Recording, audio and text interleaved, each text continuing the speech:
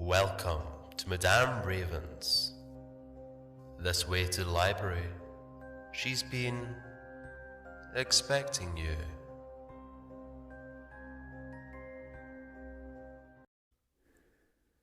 Happy Halloween, my darlings. Please have a seat. Make yourself comfortable.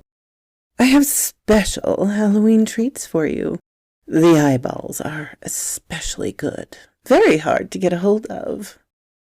I bring for you, on this special, 2 stories by Corpse Child. The first, The Witch of Old Willow.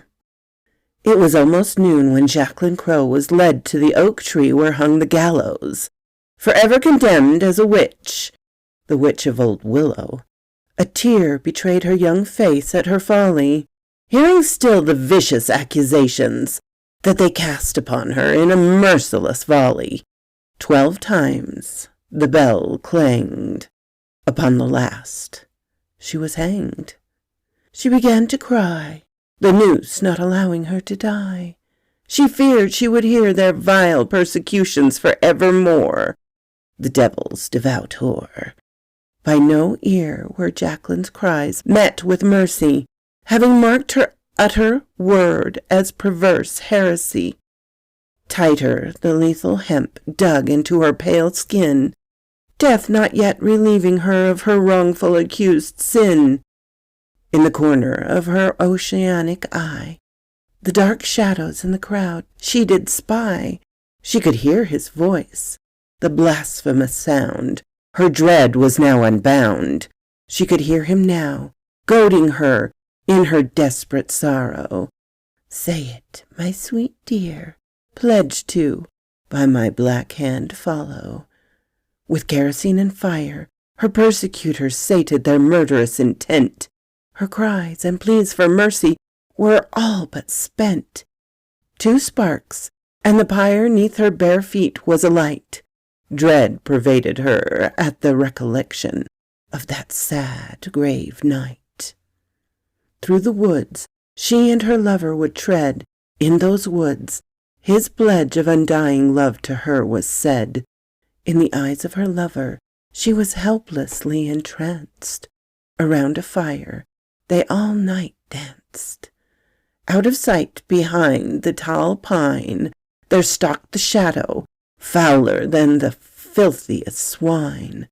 It watched the lovers in their play. With vulpine exultation he plotted to, with her, have his way. In her slumber he beckoned, urging her to allow unto him her innocence to be reckoned. His cunning tongue fueled his charade, appeared to her a sweet serenade.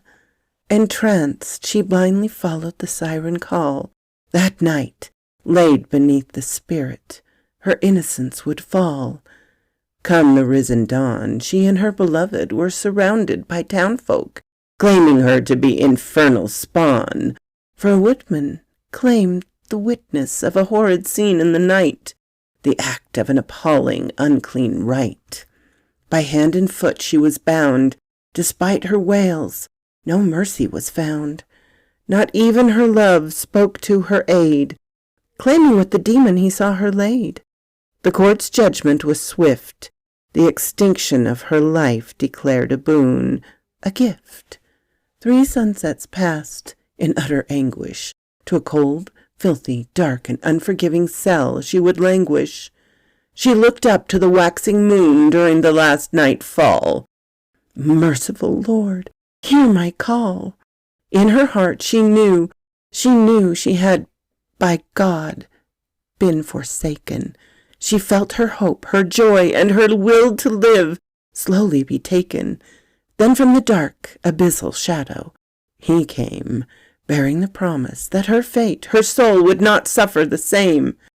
Take my hand, dear child, for through me may your vengeance upon those who've wronged you run wild. With a desperate fear stirring in her breast, she gave heed to his ominous request. She desired only from her present scourge to be spared. The fates of her soul or her fellow kin she no longer cared. Pledge your devotion, child, and by the rising sun of the next morrow, they will all forevermore awaken only to as one cry to the heavens in sorrow.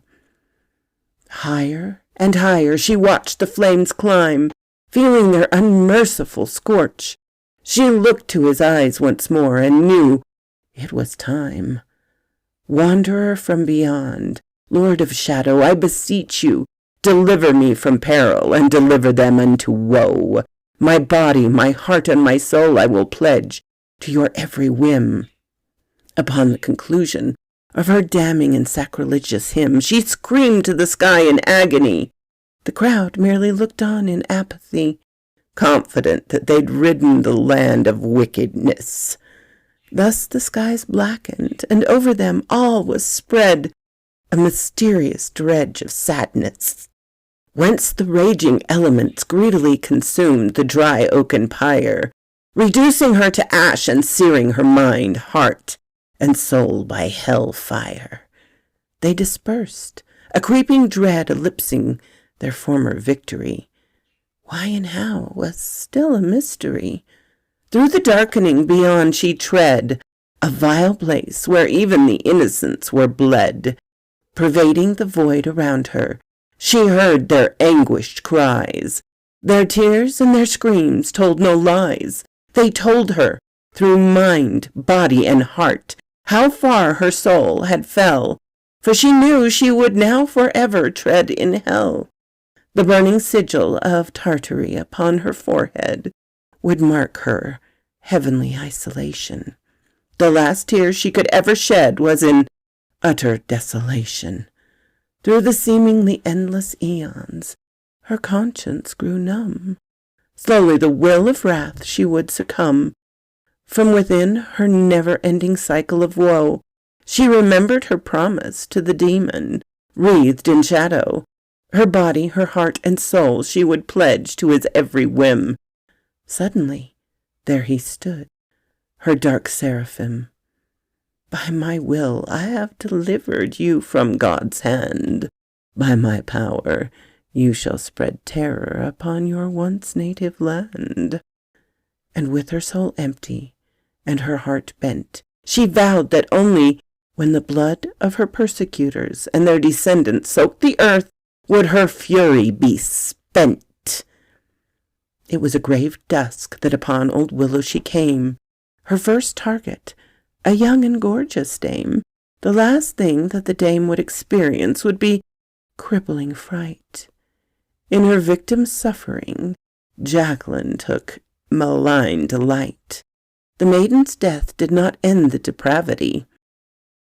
She fervently revelled in her sheer inhumanity. It mattered not to her now who nor when, for she would murder all in the many coming nights, men, women, and children. Her wrath knew no limit, felt no bounds. She enraged shrieks were, for many, her coming sound. Beautiful women she would strangulate, young men in the night she would violate, and children, the sweet and innocent lads and lasses, in large, shallow pits they'd be found in masses. In terror the folk beseeched the aid of the priest. "Save us," they cried, "deliver us from the clutches of this vile beast." When the sun lowered and once more was replaced by the waxing moon, the priests and his clients enacted a plan, knowing the vengeful ghost would be coming soon, wielding the images of Christ's sacrifice, and Jacqueline Crow's ashen remains. They resolved to bind her unclean soul to the tree at which she burned, creating her purgatory within the mortal plains. For 3 hours they recited their prayers at the base of Jacqueline's fiery sepulchre. "Our Father, who art in heaven, we come to you in this hour of terror. We ask only for your divine aid to bind to this grave oak and deliver us, your children, from this scourge." Finally, they felt the phantom from the ground beneath emerge. At the sight of them she attempted to tempt the younger apprentices, promising their pleasure to her would be endless. The priest, not vexed by her facade, commanded in the name of God, "Jacqueline Crow, concubine of Lucifer, I forever condemn you to this oak, your former sepulchre." At this, the enraged witch attempted a vicious attack. At the sight of the priest's cross, she was driven back. Finally, she had been driven back to the oak, as her body was consumed.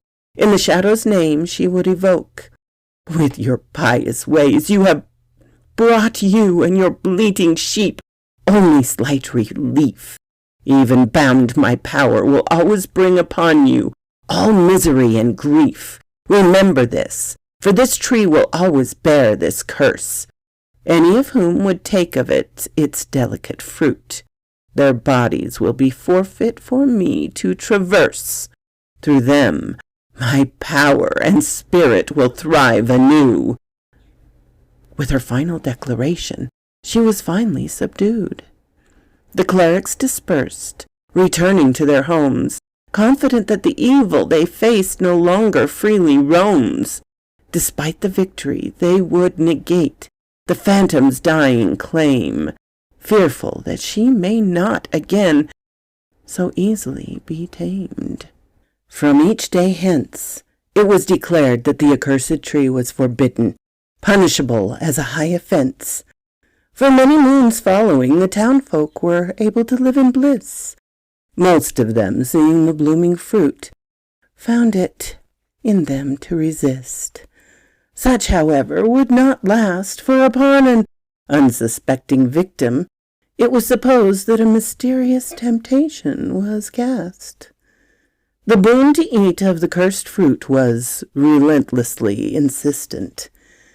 "Weary traveler, I sense you are hungry and in need of nourishment." Panic flooded the hearts of the townfolk when one of the fruit was discovered with a bite. The mounted terror caused some to almost die of fright.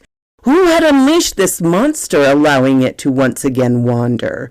None were able to be proven the culprit. He who would forever live as the witch's puppet. To this day there are still none who could say. All that is known is merely this, that somewhere, inside someone, her evil is amiss. When or how her wrath will return, none may ever know. The hour it does will be an hour of anguish and perpetual sorrow, for they will all fall to the rage of Jacqueline Crow, the witch of Old Willow. So quoth this raven when the Red Prophet jumped. I need to make one thing clear before I go any further. I did not push him. I don't give a damn what's being said. I didn't push him off the ledge. Even if I had, however, I think we're all about to find out soon just how little it would matter anyway. I've seen what's going to happen. People eating each other in the streets, the sky turning red, and all around panic of the world ending. I have to say it. It's funny how people are scared of the end. Not because of any philosophical or theological reason, at least not that I'm aware of currently, but rather the fact that I know that everything that's about to occur now had occurred billions of times over. That said, I can comfortably say that it's not the end itself we should fear. It's what will happen to those who's unfortunate enough to survive. If you're wondering how I know this, well, it's what he showed me before he jumped. That's right, jumped, not pushed. The day started as a nice hike with my girlfriend, Ariel, up the Glade Mountain Pass. We'd been planning the trip for upwards of a month, at least ever since she'd gotten into her new fitness kick. Of course, I don't mind a bit of exercise myself, plus the Glade Mountains were one of the most beautiful, picturesque places you'd ever see outside of a Renaissance painting. especially around this time of year, when the breeze was just right and the sun was able to draw out the vibrant colors of the vegetation. It was one of the best places to spend an afternoon or two. It was also where I used to go hiking with my family when I was younger. The other reason that day was so special was because, unbeknownst to her at the time, that was the day I planned to propose to her. We dated for just coming up on a year, and I knew she was the one I wanted to spend my life with. No matter how hard I try, I can't help but feel this is being morbidly ironic. One of the happiest days of my life marks the beginning of the end. We'd been jogging up the trail for about an hour when we finally reached the overlook of the mountain pass. Seeing me winded, Ariel pipes up laughing. "Tired out already?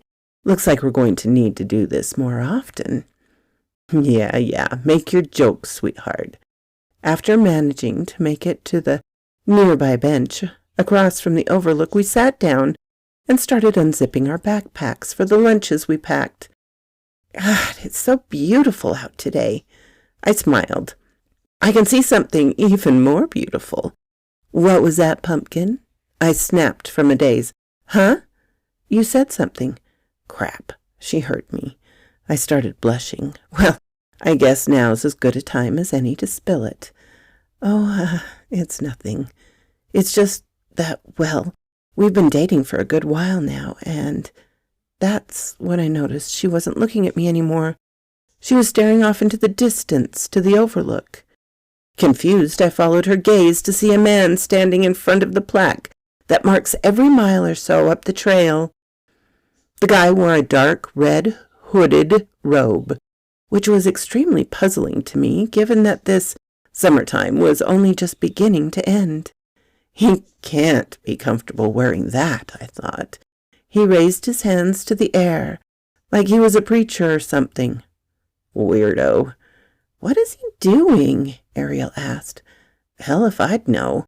Looking the way he did, I figured he was either just a really devout yogi or maybe even part of some weird religious group. Either way, I saw no reason at first to be alarmed by it. That was, until I saw him step forward towards the edge of the overlook, arms still outstretched to each side. He isn't about to. I was cut off when I heard him begin shouting out beyond the overlook. I couldn't tell you what he was saying or what language it was. Honestly, looking back, I'm almost thoroughly convinced it wasn't even human. One thing was for sure. It definitely wasn't English. The best way I can describe it was like some archaic invocation or something. It sounded like he was saying something like Aduk, Adish, Alok, Adikan, Adareyak, Aodin. If you could actually have told me what any of that means, you deserve a medal. Anyway, he stood there shouting this, repeating at least 5 or so times before going silent again. I noticed that by the time a small crowd of fellow hikers had stopped and began gathering together around the area, observing the man's strange antics. He didn't seem to notice this, though, continuing to shout that weird chanting from the edge of the overlook, with his hands outstretched. I even saw a few of them take out their phones and snap pictures. Despite the odd nature of this little scene, people seemed more curious than disturbed. That is, except for me. I don't know why, but something about the foreign words the guy was shouting seemed to resonate with me, and not in a wholesome way either. It was like some part of me just knew that whatever was being said wasn't anything good, like some sort of premonition or omen. Finally, I stood up and found myself walking towards him. As I had made my way through the crowd and gotten about a foot or two away from him, he took 2 more steps forward himself, closer to the edge. And that's when the crowd's fascination was replaced with shock and panic. "Oh my God, he's gonna jump!" Now I was panicking. I dashed over the last few inches and thrust my hand out to his shoulder. "Hey, wait, don't!" he just froze dead, his toes now right up against the ledge, and dropped his arms. Okay, well, I have his attention. I began struggling to try and think of what to say. My adrenaline was spiking so much that I could hardly form a coherent sentence, much less any sort of discussion. Keeping my hand on his shoulder, I closed my eyes and took a deep breath. Come on, Travis, think. Hey, you got a name, pal? I figured that would be my best bet to start engaging him with. Something simple. I was still shaking a bit. I figured, though, now that I had my foot in the door, so to speak, I at least stood a chance of talking him away from the ledge. He was still, unnaturally still. I'll admit, had he not been so animated just a few seconds ago, I'd have thought I was holding on to a statue. Would you like a drink? I'm sure, dressed the way you are in this heat and all, you've got to be parched. I was cut off when I heard the most deafening shriek burst forth from him. I was forced to let go of his shoulder to cover my ears, fastening my eyes shut painfully tight. Just as suddenly as it happened, however, it was gone. I opened my eyes to see that I wasn't on the trail anymore. In fact, I wasn't even in the Glade Mountains anymore. All around me was barren, desert-like wasteland that stretched for miles, seemingly to no clear end. Where the hell am I? It didn't even feel real. I'm not really sure how to explain it other than that. It was like I was in some dream world or something. I didn't feel hot or cold. I wasn't thirsty or anything. From behind me in the distance, I heard some deep-toned chorus slowly crescendo. It almost sounded like one of those Gregorian chants, except it was the same alien tongue the man on the mountain was shouting. I turned to see what looked like 3 druids, all in red cloaks, dragging some woman along the arid dirt. From the look of it, the woman was obviously being taken against her will because she was thrashing and kicking wildly, growling and shrieking like an animal. Her eyes were pitch black and dripping with some black substance that looked like tar almost. I also saw that her skin was torn and shredded in places, as if she'd been attacked by a wild animal. What is this? What's going on here? Who even are these people? Some crazy cult or something? My train of thought was derailed, though, overridden by a growing panic, when I noticed them approaching closer and closer to me. Oh, God, they're coming for me. I'm next, aren't I? I frantically threw my head in every direction, trying to find something, anything to hide behind. In no direction could I see anything but the scorched desert. To my shock, they seemed to not be interested in me. My relief was instantly transformed into mass confusion, however, when the figures came right up to me, only to pass through me like they were a mirage. I turned around to see that the 3 hooded figures were now behind me, still dragging the woman along, howling and struggling. My head was spinning so much that I couldn't even begin questioning myself as to what was happening, how they were just walked through me like that. How in the... With no other instinct, I decided to follow behind them. Lucky enough, with them not seeming to be aware of my existence as displayed, it was relatively easy matter to essentially tailgate behind them. The other thing that perplexed me was that despite how quickly they seemed to be carrying themselves, and how the desert seemed to stretch for an eternity, I was able to keep up with them perfectly. Normally, I'd usually tucker out after about half the length we'd walked. Here, though, I felt just fine, like I'd only just started walking. I still couldn't tell you how long this went on for exactly. Eventually, though, I saw something in the far distance. At first, it just looked like a dark speck resting on the horizon against the sun.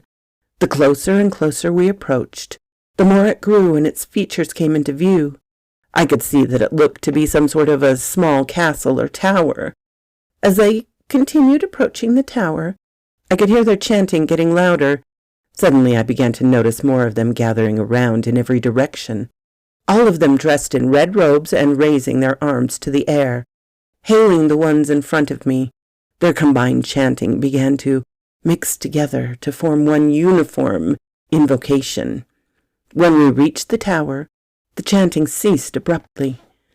The monolithic tower was tall and slim, built from the dark stone, and was crowned with large, jagged needle-like spikes across the top of its 3 battlements.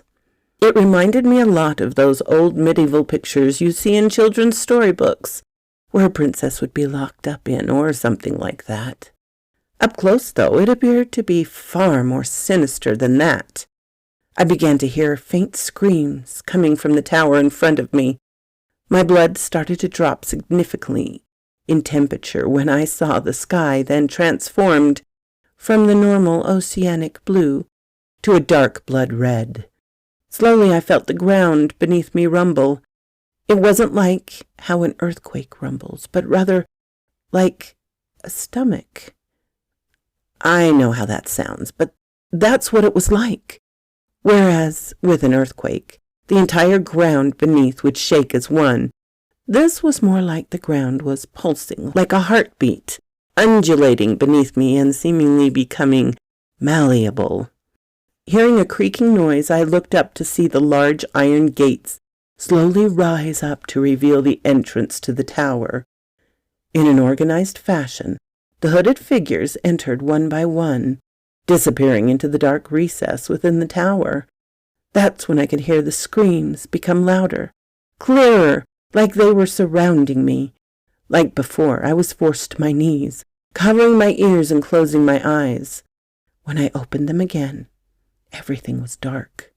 I couldn't even see my hands right in front of my face. I tried to feel all around me for some sort of light source or anything like that.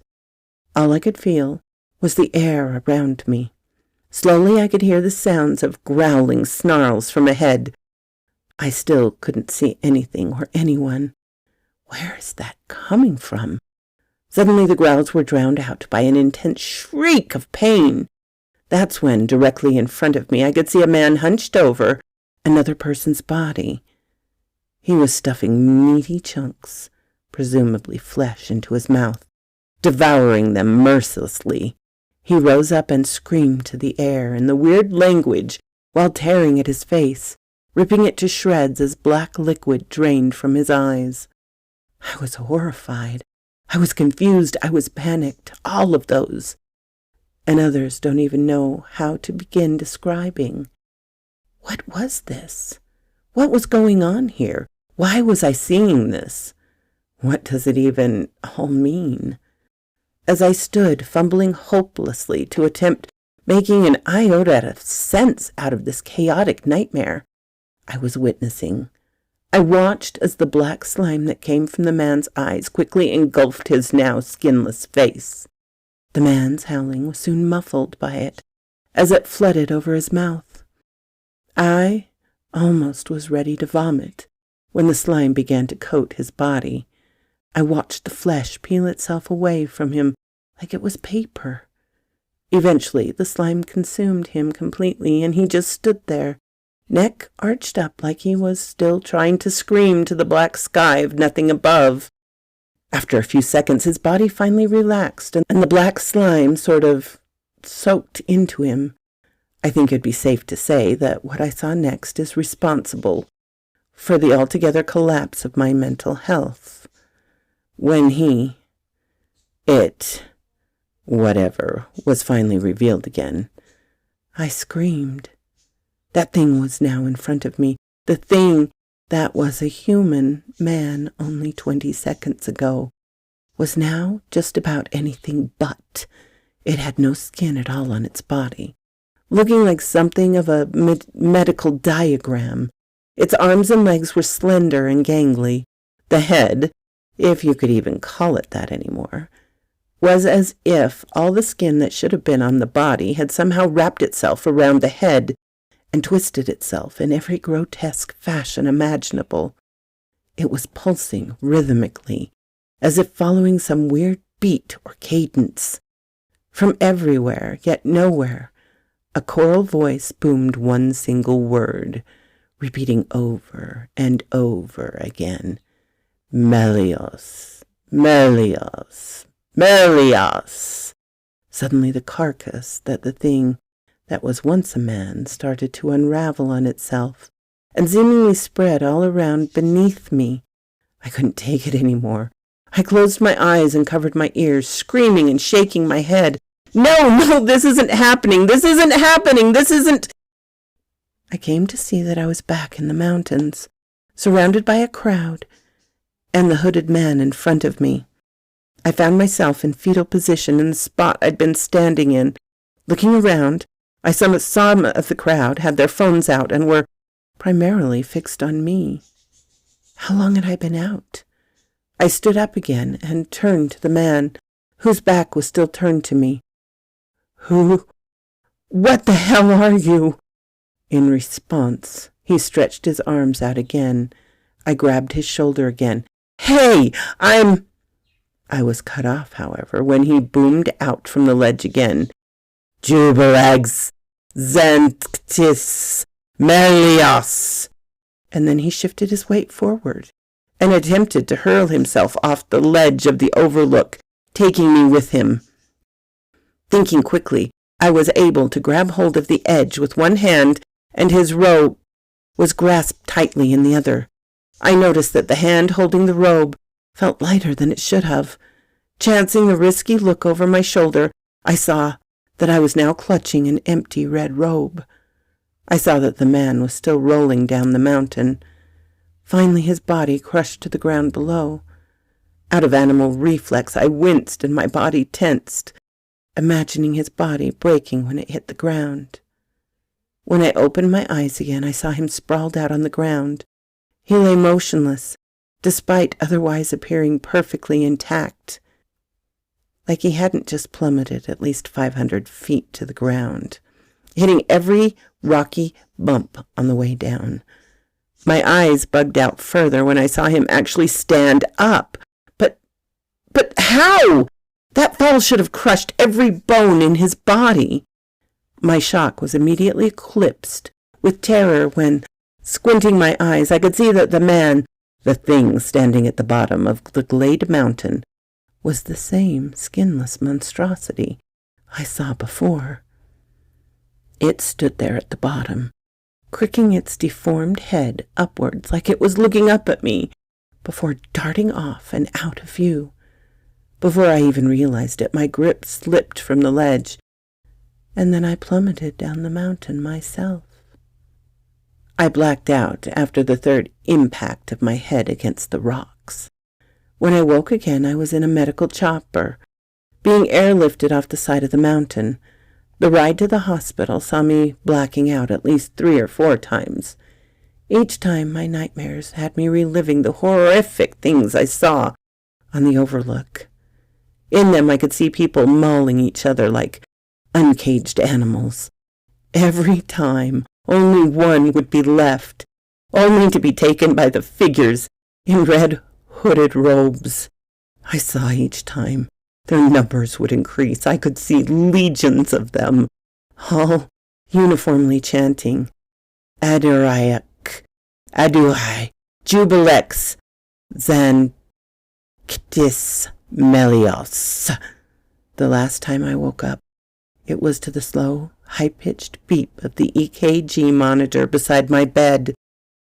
I remember feeling disoriented by the fluorescent lighting of my room. My vision eventually composed itself when a nurse walked in, placed a tray of meatloaf and chocolate pudding with a small bottle of water in front of me. "Oh, you're awake," she said in a rather timid voice. Where am I? My head still feels like it was swimming, adrift in a sea of madness. "Garrett General Hospital, sir."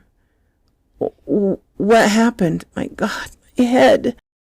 My head pounded, and it felt like it was trying to explode.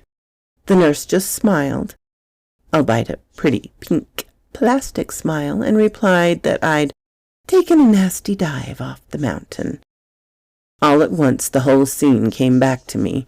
The hike, the overlook, the man, the thing in the red robe. The hike. Ariel! I shot bolt upright, 2 seconds from leaping out of bed when the nurse urged me to calm down and lay back down. After a second, I complied. Thank you so kindly for stopping by my chateau, my darlings. It does mean so much to me. Please, if you have not subscribed, as many of you have not, please do so. Give me a like so I know what you would like to hear. And comment.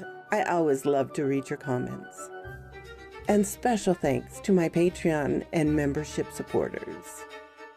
Ciao, darlings.